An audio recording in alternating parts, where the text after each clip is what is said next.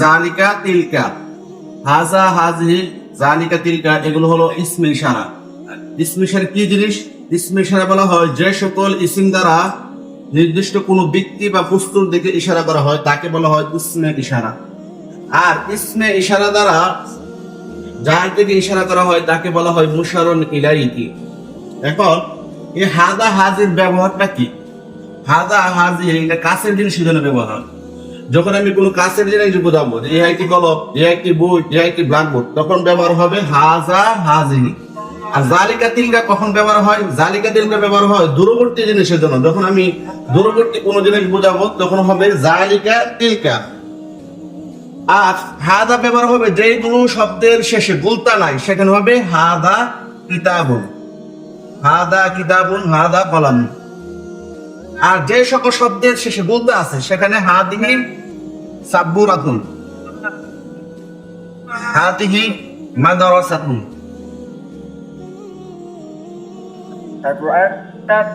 আর জালিকা তিলকা কোথায় ব্যবহার হবে? জালিকা তিলকা ব্যবহার হয় দূরবর্তী জিনিসের জন্য। জালিকা ব্যবহার হয় যে শব্দের শেষে গুলতা নাই, সেখানে জালিকা, জালিকা কলামু, জালিকা কিতাবুন। আর তিলকা কোথায় ব্যবহার হবে? তিলকা দূরবর্তী জিনিসের জন্য, কিন্তু যে শব্দের শেষে গুলতা আছে সেখানে তিলকা ব্যবহার হবে। যেমন তিলকা গুরফাতুন, ওয়াহিদি কামরা, তিলকা নাফিদাতুন, ওয়াহিদি জানালা। তাহলে যে সকল ইসিম দ্বারা ইশারা, যে সকল ইসিম দ্বারা নির্দিষ্ট কোনো ব্যক্তি বা বস্তুর দিকে ইশারা করা হয় তাকে বলা হয় ইসমে ইশারা। আর ইসমে ইশারা দ্বারা যার দিকে ইশারা করা হয় তাকে বলা হয় মুশারুন ইলাহি। এখন ইসমে ইশারা মুশারুন ইলাহি ব্যবহার পদ্ধতি কি? ইসমে ইশারা ব্যবহার, ইসমে ইশারা হাজা হাজি ব্যবহার হয় কাছের জিনিস বোঝানোর জন্য। আর জালিকা তিলকা ব্যবহার হয় দূরবর্তী জিনিসের জন্য। আর হাজা এবং জালিকা কোন শব্দের সাথে ব্যবহার হবে? হাদাটা ব্যবহার হবে যে শব্দের সাথে গুলতা নাই, জালিকা ব্যবহার হবে যে শব্দের শেষে গুলতা নাই, সেখানে হাজা জালিকা। আর হাজি তিলকা কোথায় ব্যবহার হবে? হাজি তিলকা যে শব্দের শেষে গুলতা আছে সেখানে হাজি তিলকা। এখন আসি আমরা এই হাজা হাজি তাকিব কি হবে, তাকিব আলোচনায় আসি। হাজা হাজা ইসমে ইশারার পরে যদি এই হাজা হাজি জালিকা তিলকা ইসমে ইশারার পরে যদি আলিফ লাম মুক্ত থাকে তাহলে হবে ইসমে ইশারাটাই মুক্তাদা, আর পরের শব্দটা হবে খবর। যেমন হাদা কিতাবুন, হাদা মুক্তাদা আর কিতাবুন খবর। আর যদি ইসমে ইশারার পরে যদি আলিফ লাম যুক্ত থাকে তাহলে ইসমে ইশারা এবং মুশার ইলাইহি মিলে হবে মুক্তাদা। যেমন হাদাল কিতাব, এই কিতাবটি সুন্দর। যেমন হাদাল কিতাবু জামিলুন, হাদাল কিতাবু জামিলুন, এই কিতাবটি সুন্দর। তাহলে ইসমে ইশারা, এটা হবে ইসমে ইশারা আর এটা হবে মুশার ইলাইহি। ইসমে ইশারা মুশার ইলাইহি মিলে মুক্তাদা, আর জামিলুন তখন হবে খবর। আর মুক্তাদা খবর মিলে জুমলাতুল ইসমিয়াতুন খাবরিয়া।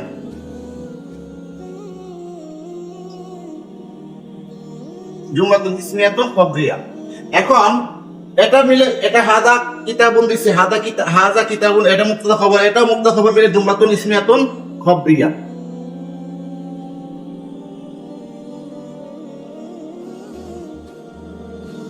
এখন তাহলে আমরা জানতে পারলাম ইসমে ইশারার পরে যদি আলিফ লাম মুক্ত থাকে তাহলে ইসমে ইশারাই মুক্তাদা, আর ইসমে ইশারার পরে শব্দটা খবর।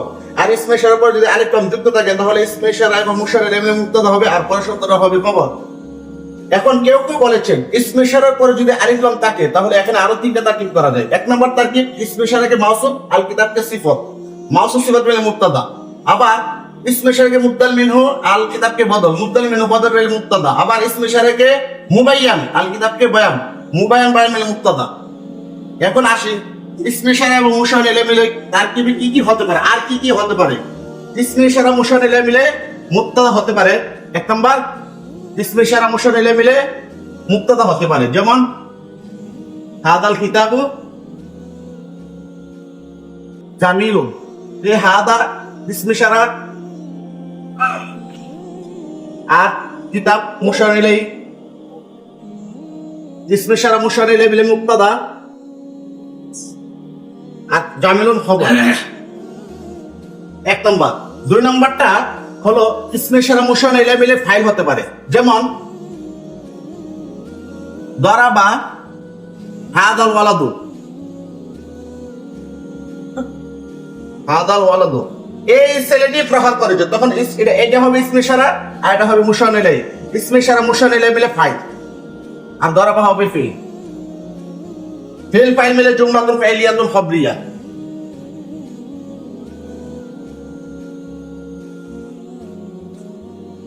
জুমলাতুন ফাইলিয়াতুন খবরিয়া। তাহলে ইসমে ইশারা আর মুশার ইলাইহি মিলে কি হলো? ফাইল হলো। আর একটা ইসমে ইশারা মুশার ইলাইহি মুবতাদা হলো। তাহলে আমরা 2 নম্বর পদ্ধতি পাইলাম। 3 নম্বর পদ্ধতি, ইসমে ইশারা এবং মুশার ইলাইহি মিলে মাফউল বিহি হবে। যেমন দারাবতু হাদাল ওয়ালাদা, দারাবতু হাদাল ওয়ালাদা, এটা হবে ইসমে ইশারা আর এটা হবে মুশার ইলাইহি। ইসমে ইশারা মুশার ইলাইহি মিলে তারকিবে হবে মাফউল বিহি। 3 নম্বর পদ্ধতি। তাহলে ফিল ফাইল মাফউল বিহি মিলে জুমলাতুন ফাইলিয়াতুন খবরিয়া। 4 নম্বর পদ্ধতি, ইসমে ইশারা মুশার ইলাইহি মিলে মুযাফ মুযাফ ইলাইহি হবে। যেমন তিলমিযু হাযিহিল মাদরাসাতি, ইসমে ইশারা মুশার ইলাইহি মিলে মুযাফ ইলাইহি আর এটা হবে মুযাফ মুযাফ ইলাইহি মিলে হবে তারকিবে মুরাক্কাবিল দ।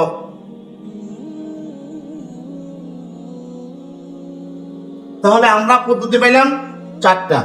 5 নম্বর পদ্ধতি মাজরুর হতে পারে। যেমন মারাদ্দু বিহাদাল ওয়ালাদে, বা হরফে জর হাদা ইসমে ইশারা আল ওয়ালাদি মুশার ইলাইহি, ইসমে ইশারা মুশার ইলাইহি মিলে বা হরফে জর মাজরুর, যার মাজরুর মিলে এই মারাদ্দু ফিলের সাথে মুতাল্লিক হবে। মারাদ্দু ফিল ফাইল মুতাল্লিক মিলে জুমলাতুন ফাইলিয়াতুন খবরিয়া হবে।